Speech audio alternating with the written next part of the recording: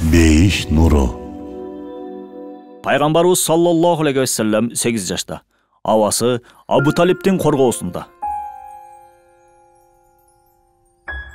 Аламдардын мырзасы 8 жашка толду. Анын алгачкы 8 жылы бир катар кыйынчылыктар жана сыноо менен коштолду. Пайгамбарыбыз саллаллаху алейхи вассалам бул жарык дүйнөгө атасыз төрөлүп, 6 жашында жанында көргөн энесинен ажырайт. Томолой жетим калган Аллах элчисин анын карып калган чоң атасы Абдул Муталип өз карамагына алат. Арадан 2 жыл өтүп, Пайгамбарыбыз саллаллаху алейхи вассаламга эми чоң атасы менен да коштошууга туура келет. Эми Аллахтын сүйүктүү элчисин кароо милдети анын абасы Абу Талипке өтөт. Анткени чоң атасы Абдул Муталип өлүм алдында уулу Абу Талипке Мухаммад саллаллаху алейхи вассаламды аманат кылып тапшырган эле.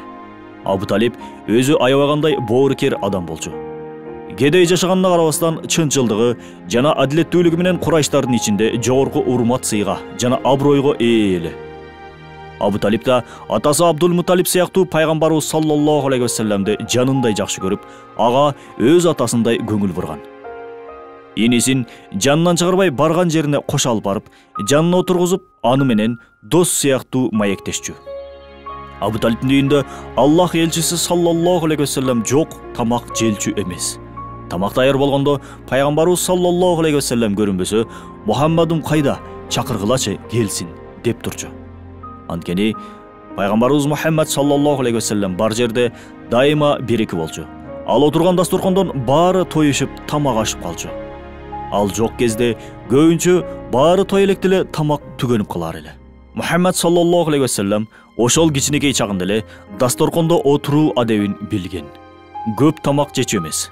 Эгер жегенге эч нерсе жок болуп калса, такыр даттанчу эмес. Башка балдар дасторкон салнары менен тамакка жабалактап кол салышса, Пайгамбарыбыз саллаллаху алейхи вассалам улуулардан мурда дасторконго кол сунчу эмес.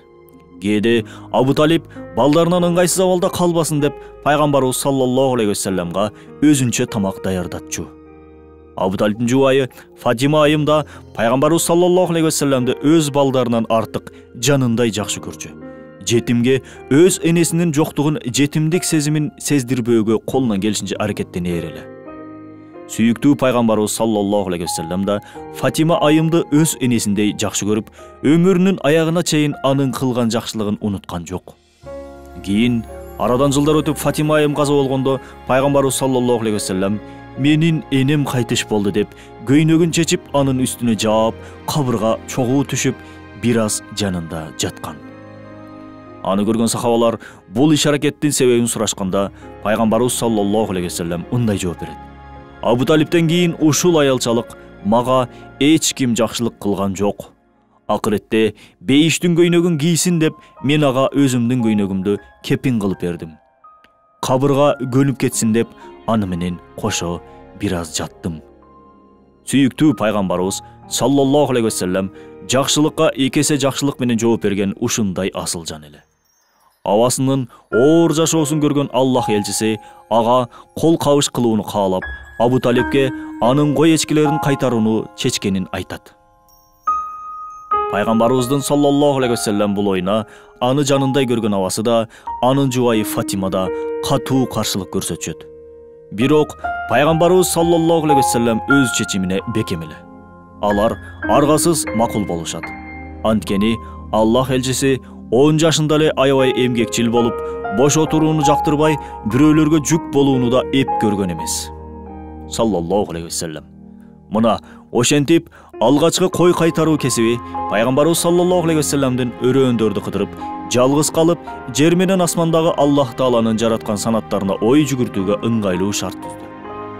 Керемет табигатка байкоо салып, жараткандын чексиз кудуретине таң калып, Аллах элчисинин саллаллаху алейхи вассалам ой пикири, жан дүйнөсү ырахатка бөлөндү. Анын үстүнө күн бою чет жакта койлор менен алек болуп жүрүп, Пайгамбарыбыз саллаллаху алейхи вассалам шаардагы коомчулуктун ар кандай кир, ыплас, күнөө иштеринен узак, бутпарастык ишенимине батып, алдамчылыкка, эки жүздүүлүккө малынып калган коомдун адашкан жашоосунан оолак болуп чоңойду. Өмүр дептерине таттуу элестерди калтырган бул кой кайтаруу кесибин Пайгамбарыбыз саллаллаху алейхи вассалам мындайча эскерет. Муса алейхиссалам пайгамбар болуп жиберилген, кой кайтарчу. Давут алейхиссалам пайгамбар болуп жиберилген, ал да кой кайтарчу. Мен да пайгамбар болуп жиберилдим. Үй бүлөмдүн койлорун жият өрөөнүндө кайтарчумун. Кой кайтарбаган бир да пайгамбар болгон эмес.